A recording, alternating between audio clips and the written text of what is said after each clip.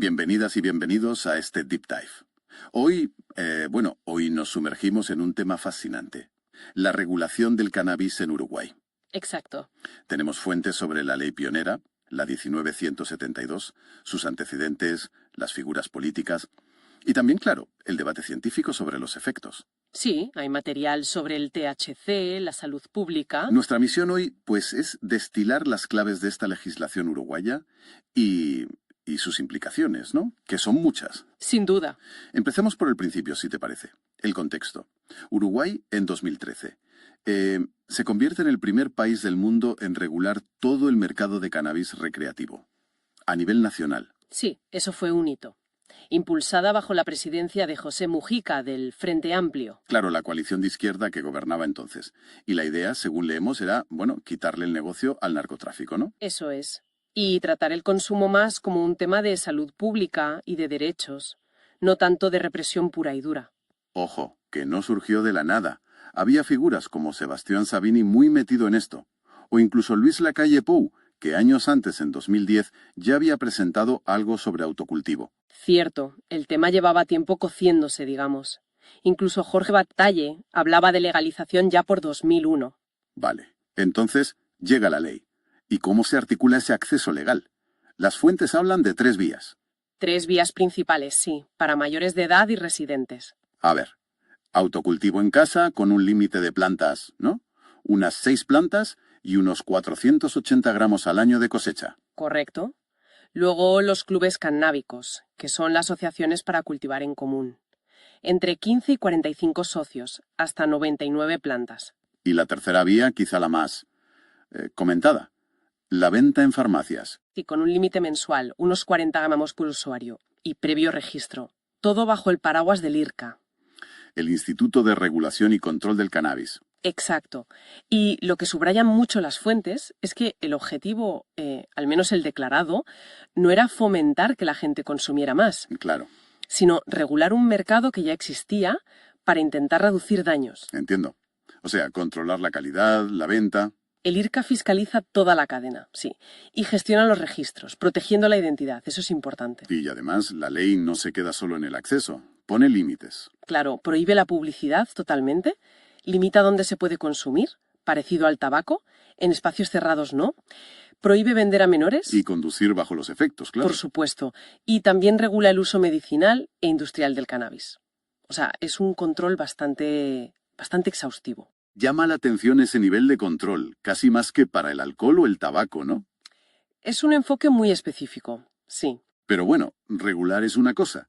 Y la otra cara son los riesgos para la salud, que las fuentes también abordan. Ahí entra el THC.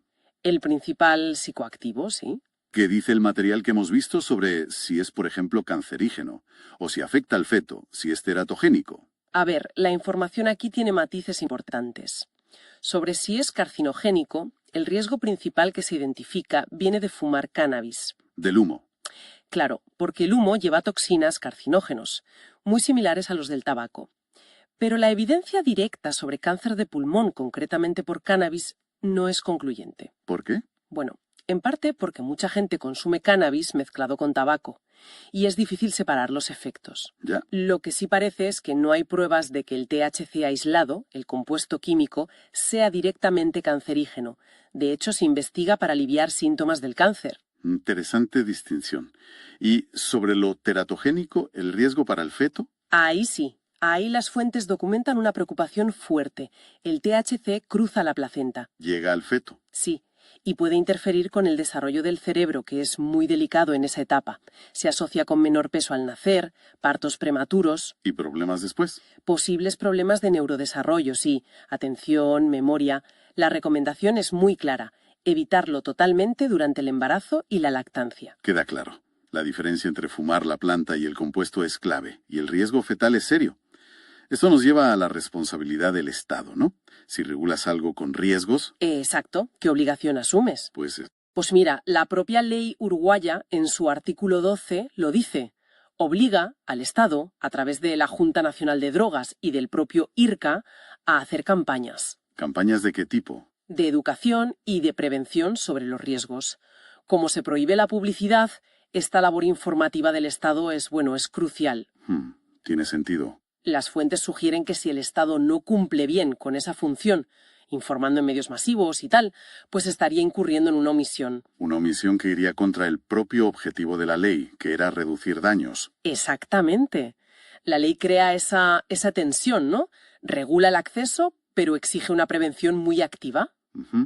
¿Y sabemos si esas campañas han sido efectivas o han tenido el alcance necesario? Lo dicen las fuentes. Los materiales que hemos manejado no llegan a evaluar la efectividad concreta de las campañas en Uruguay, pero sí que resaltan que esa obligación es un pilar del modelo. El éxito depende mucho de ello. Entendido. Además de estos riesgos grandes, las fuentes detallan otros efectos en el cerebro, a corto plazo. Memoria, coordinación, juicio. Lo típico que se asocia. Sí, y a largo plazo también se mencionan posibles problemas cognitivos, riesgo de adicción y de psicosis, sobre todo si se empieza a consumir muy joven. El cerebro adolescente, insisten, es particularmente vulnerable. Y esta preocupación por el cerebro individual, los textos la conectan con algo más amplio, la salud cognitiva de la población en general. ¿Cómo? Bueno, algunos análisis correlacionan indicadores como el coeficiente intelectual promedio de un país con factores socioeconómicos, menor PIB, dificultades educativas, problemas de salud pública. Vale. ¿Y qué tiene que ver con la política de drogas? El punto relevante es que factores ambientales como la nutrición, la educación de calidad, la salud pública, son cruciales para el potencial cognitivo. Son modificables. Ya veo. Entonces, la responsabilidad del Estado en proteger la salud pública va más allá de una sustancia concreta. Incluye cuidar esos determinantes sociales que afectan al desarrollo cognitivo y la salud general, y eso interactúa con cualquier política sobre drogas. O sea que el contexto socioeconómico y de salud pública es fundamental para entender el impacto real de cualquier política, incluida esta. Exactamente.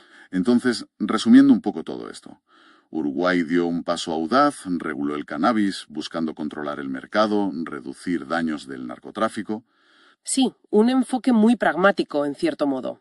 A la sustancia, sobre todo los del humo al fumar y los efectos del THC en el cerebro en desarrollo y a largo plazo. Riesgos que no desaparecen por regular, claro.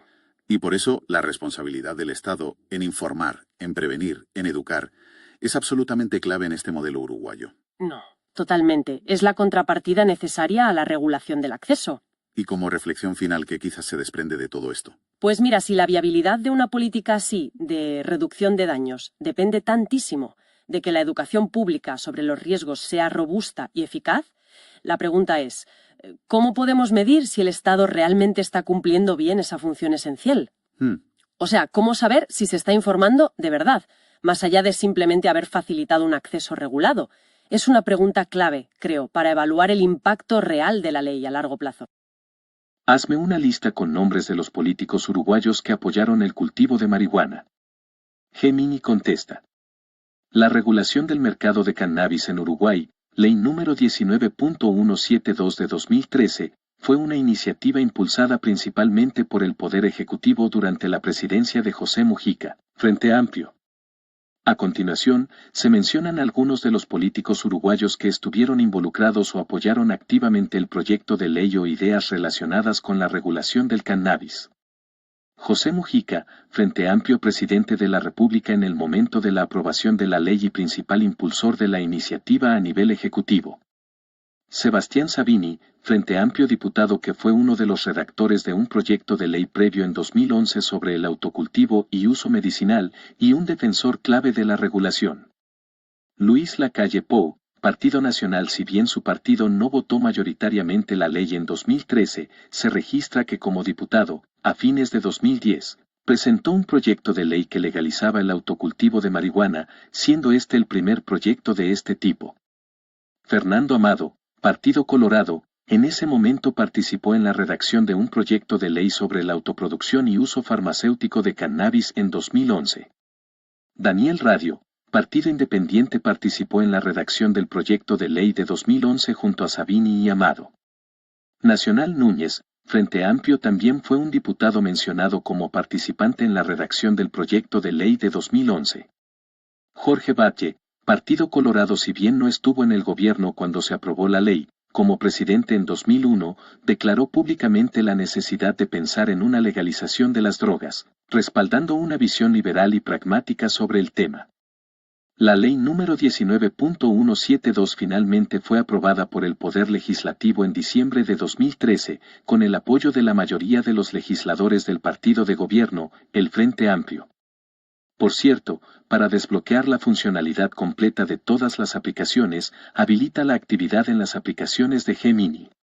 La ley número 19.172 de Uruguay, promulgada en diciembre de 2013, es la ley que establece la regulación y el control por parte del Estado de la importación, producción, adquisición, almacenamiento, comercialización, distribución y consumo de cannabis y sus derivados. Es una ley histórica a nivel mundial por ser el primer marco legal en regular el mercado de cannabis no medicinal a nivel nacional, y sus principales objetivos y disposiciones son: 1. Objeto y fines de la ley.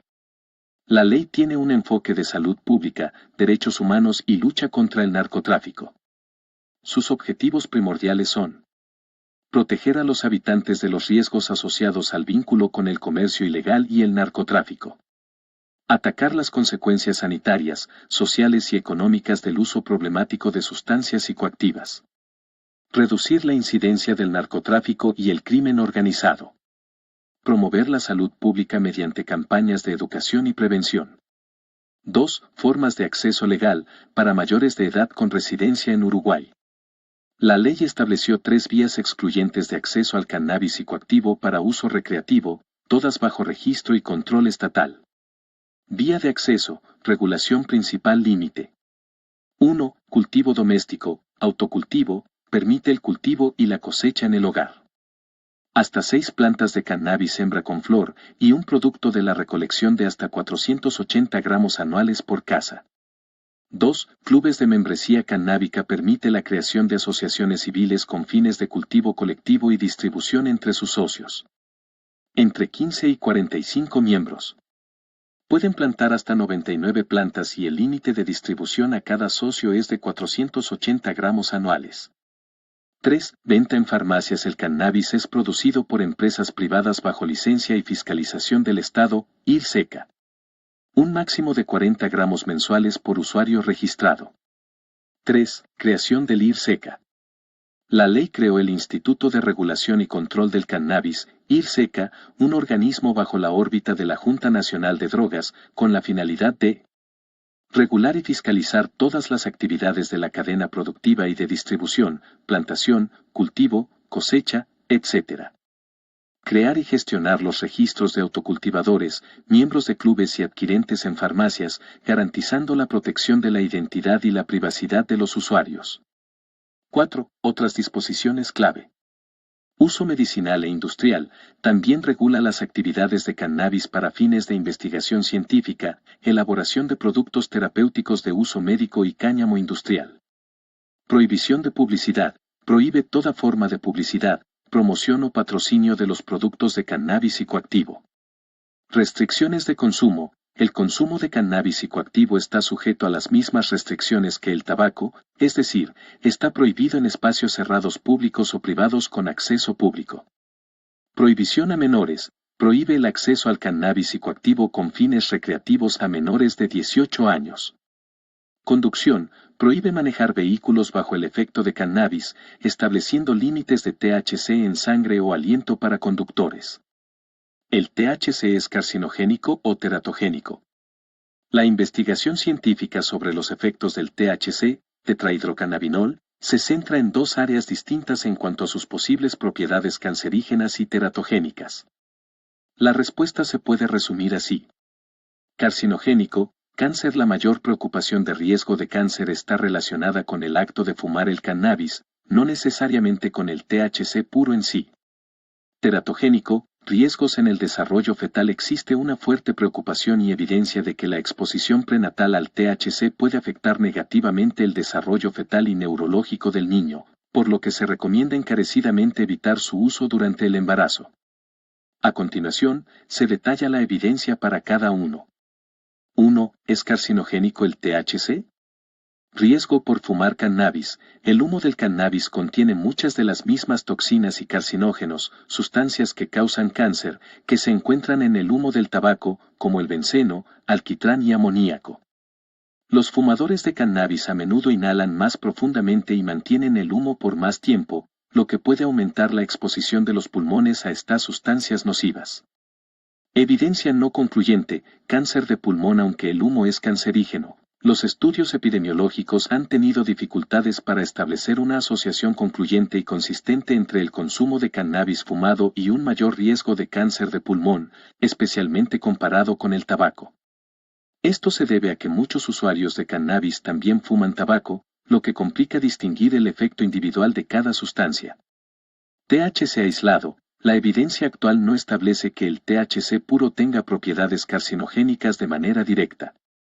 De hecho, los cannabinoides se han investigado por su potencial en el manejo de síntomas relacionados con el cáncer, como náuseas y dolor, incluso, en estudios preclínicos se ha investigado su posible efecto sobre el crecimiento de tumores, aunque esto último aún no está probado en humanos.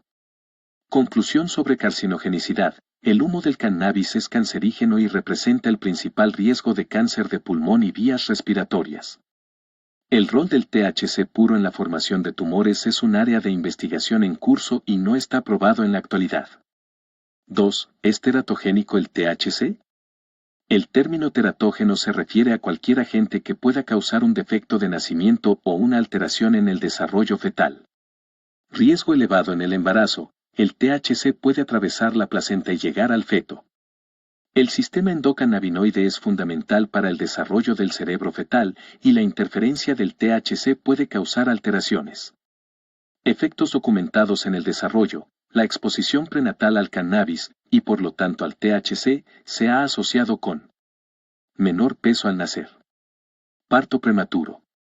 Problemas en el neurodesarrollo en la descendencia, como déficits de atención, problemas de memoria, impulsividad y una posible relación con el trastorno del espectro autista.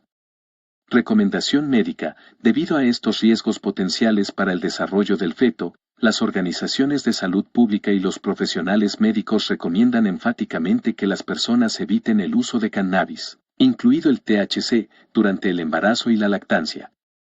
Conclusión sobre teratogenicidad. Aunque no siempre causa un defecto de nacimiento físico evidente, como la talidomida, el THC es considerado una toxina del desarrollo con un potencial de efectos adversos significativos en el desarrollo neurológico y físico del feto. ¿Es el Estado uruguayo responsable de leyes que promueven el consumo de carcinógenos o teratógenos? La legislación uruguaya sobre el cannabis se enmarca en un enfoque de regulación y control con el objetivo explícito de reducir riesgos y daños asociados al narcotráfico y al uso problemático de sustancias, no de promover el consumo de sustancias dañinas. Sin embargo, dado que el consumo de cannabis fumado conlleva riesgos para la salud, incluyendo la exposición a carcinógenos, y el THC tiene un potencial